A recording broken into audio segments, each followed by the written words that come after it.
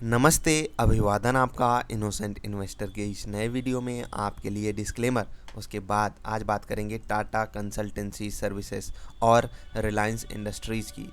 इन दोनों स्टॉक्स का कंपैरिजन करेंगे, आपके सामने पूरी बात रखने की कोशिश करेंगे कि असली विनर कौन सा है। अगर आप रिलायंस की बात करेंगे, ये इस वक्त भारत की सबसे बड़ी मार्केट कैप वाली कंपनी है, और अगर आप टीसीएस की बात करेंगे, ये आती है 2 नंबर पर। तो चलिए करते हैं रिजल्ट का एनालिसिस, उसके बाद चार्ट पर आपको बताएंगे क्या संभावनाएं बन रही हैं। सबसे पहले एनालिसिस करेंगे रिलायंस का। आपको मैं बताना चाहूँगा, ये आंकड़े हैं क्वार्टर ऑन क्वार्टर के, जून 2019, सितंबर 2019, दिसंबर, मार्च, जून 2020, ऐसे ही आपको आंकड़े यहाँ पर पता चलेंगे। और सेम कंपैरिजन मैं टीसीएस का यहाँ पर करूँगा, तो आपको साइज़ के हिसाब से यहाँ से अच्छा आइडिया लग जाएगा कि एग्जैक्टली रियल लाइफ में, यानी कि जब आप ज़मीनी स्तर पे देखेंगे तो आपको एग्जैक्टली साइज़ में क्या फ़र्क दिखेगा। तो ठीक है, पहले रिलायंस देख लेते हैं। 1,56,976 करोड़ की सेल हुई, ठीक, 156,000, ठीक है। उसके बाद 148,000 करोड़ की सेल, 153,000 करोड़ की सेल, 136,000 करोड़ की सेल, 88,000 करोड़ की सेल, ये हुई जून 2020 में। और यहाँ पर कमी क्यों हुई, अभी वो भी एक्सप्लेन कर देते हैं। टीसीएस यहाँ पर 38, 38, 39, 39, 38 बिल्कुल फ्लैट है, सेल्स उतनी ही हैं, सेल्स बरकरार हैं, कोई इशू आया ही नहीं है। इवन कोरोना क्राइसिस से भी यहाँ पर कोई खास डेंट नहीं पड़ा। रिलायंस में आते हैं, कोरोना क्राइसिस का डेंट देखिए, आप डेंट देख पा रहे होंगे, आधी नहीं हुई लेकिन फिर भी काफ़ी डेंट दिया गया। 40% के आसपास की गिरावट आ गई सेल्स में। आप यहाँ पर देख पा रहे होंगे, अगर इस चीज़ से हम साइज़ का कंपैरिजन करें, ठीक, एग्जैक्टली सिर्फ इस चीज़ से, तो अगर आप यहाँ पर टीसीएस को देखेंगे तो यहाँ से ये कंपनी जो है 3 गुना, लगभग 3 साढ़े 3 गुना, 4 गुना भी आप कह सकते हो, रिलायंस की जो सेल्स हैं रियल लाइफ सिनारियो में, जब कोरोना क्राइसिस या कोई भी दिक्कत नहीं होती है, तो वहाँ पर रिलायंस की सेल जो है वो बहुत ज़्यादा है अगर आप कंपैरिजन करेंगे टीसीएस से, टाटा कंसल्टेंसी सर्विसेज से। ठीक है, ये 40,000 करोड़ के आसपास की सेल्स देते हैं, ये 1.5 लाख करोड़ के आसपास की।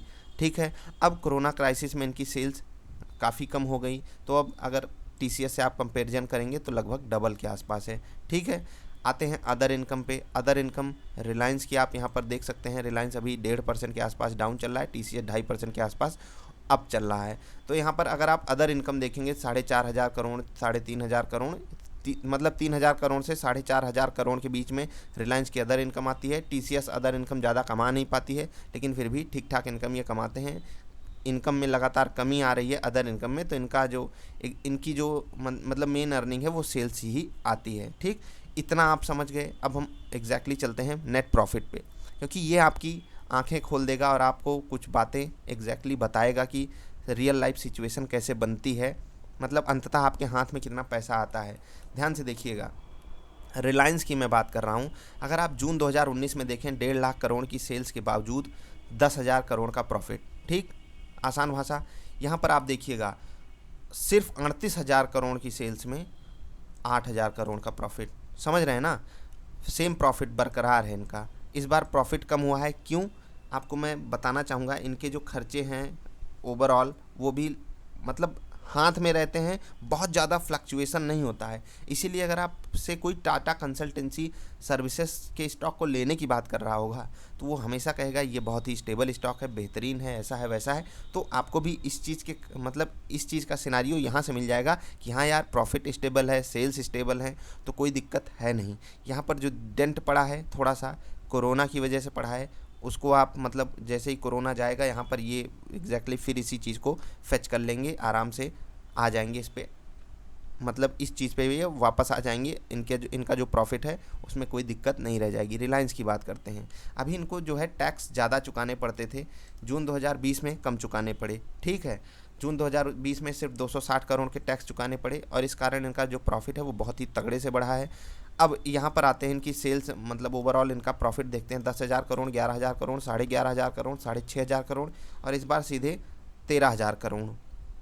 तो ये हो गया आपके पास प्रॉफिट का सिनारियो।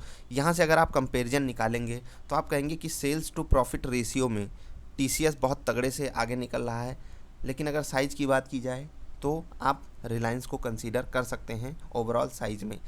चार्ट पर आने से पहले मैं दोनों का एक्सप्लेनेशन देने से पहले कुछ आपको और बताना चाहूँगा।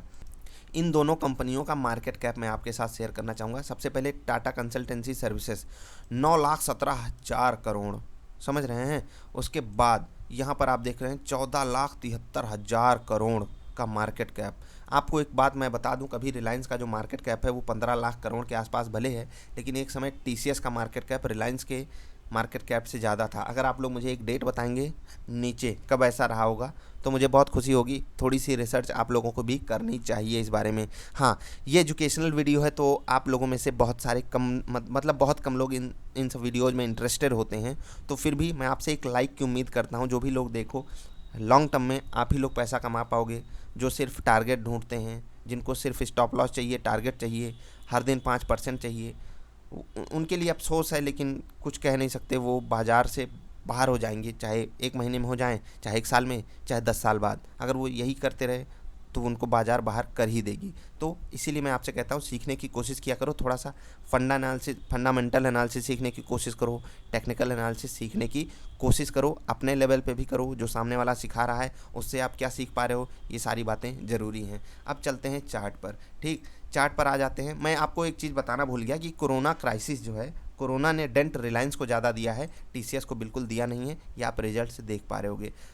ठीक है, वापस आते हैं चार्ट पर। चार्ट पर अगर आप देखेंगे रिलायंस 2.5 गुना हो चुका है कोरोना के लो से, और टीसीएस जो है आपको लगभग 60% के आसपास, हाँ 60-65% के आसपास का रिटर्न अभी तक दे चुका है कोरोना क्राइसिस के लो से। तो कौन सी कंपनी अभी वैल्यू बाई बनती है? देखो, अगर आपको ख़रीदना ही है दोनों कंपनियों को तो एज एन इन्वेस्टमेंट तो इस वक्त कोई भी कंपनी लेने लायक नहीं है, लेकिन आप स्विंग ट्रेड और इंट्राडे कर सकते हो। और इसके अलावा क्या अपॉर्चुनिटीज़ बनती हैं, पोजीशन हेज करके आप फ्यूचर एंड ऑप्शंस में खेल सकते हो। ठीक है, आप ऑप्शन राइटिंग कर सकते हो। टीसीएस और रिलायंस दोनों में बहुत बेहतर अपॉर्चुनिटीज़ मिलती हैं और अच्छे जेन्युइन स्टॉक्स हैं, तो बहुत वाइल्ड मोमेंटम भी आपको नहीं दे देते कैसा कि आपका पैसा तुरंत ही साफ़ हो जाए। तो आप पोजीशन हेज करके अच्छी खासी इनकम इन दोनों स्टॉक से जनरेट कर सकते हो। जिनका पोर्टफोलियो 2 लाख या उससे बड़ा है उनके लिए बहुत अच्छी अपॉर्चुनिटीज़ ऐसे स्टॉक्स में होती हैं रेगुलर इनकम जनरेट करने के लिए। मैं आपसे बार बार कहता हूँ, इस बाज़ार से आप सही उम्मीदें पालोगे, चाहे वो 15% की हों, 20-25% तक की भी उम्मीदें गलत नहीं है इस बाज़ार से। लेकिन जब लोग 1 साल में करोड़पति बनने का सपना देखने लगते हैं, वहीं से तबाही की शुरुआत हो जाती है। आई होप आपको चीज़ें समझ में आई होंगी। कौन सा स्टॉक लेने लायक है, तो रिलायंस 2.5 गुना हो गया, 250% का रिटर्न देने के बाद फ्रेश इन्वेस्टमेंट नहीं करनी है। जब तक गिरावट ना आए आप इन्वेस्टमेंट के बारे में मत सोचना।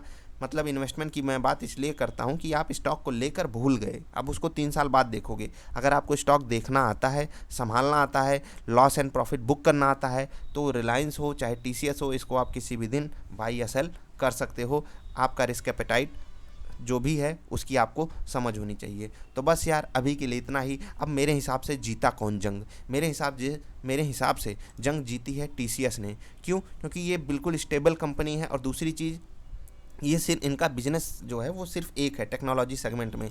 रिलायंस बहुत ही डाइवर्सिफाइड है, इनके अंदर जियो आता है, रिटेल बिजनेस आता है, इनका टेक्सटाइल बिजनेस आता है, बहुत सारे बिजनेसेस आते हैं, पेट्रोकेमिकल वगैरह। तो आप इस स्टॉक को मतलब एक डाइवर्सिफाइड स्टॉक देख सकते हो। अगर आपको बहुत ज़्यादा स्टेबिलिटी मतलब जैसे डाइवर्सिफाइड स्टॉक कोई चाहिए तो रिलायंस बेटर है। आपको अगर एक सेगमेंट में घुसना है तो टीसीएस बेटर है लॉन्ग टर्म के लिए, समझ रहे हैं। रिलायंस अपने स्टॉक्स को अलग भी कर सकता है, जो इनके अंदर वैल्यू छुपी हुई है, तो वो आगे का सिनेरियो बनेगा। एक समय टीसीएस का मार्केट कैप रिलायंस से ज़्यादा था। जो मुझे डेट बताएगा उसको एक सरप्राइज़ गिफ्ट मिलेगा हमारी तरफ से। मिलेंगे फिर से किसी अच्छी वाली वीडियोज़ में, तब तक के लिए हंसते खेलते रहिए यार। वीडियो देखने के लिए आपका बहुत बहुत आभार, धन्यवाद।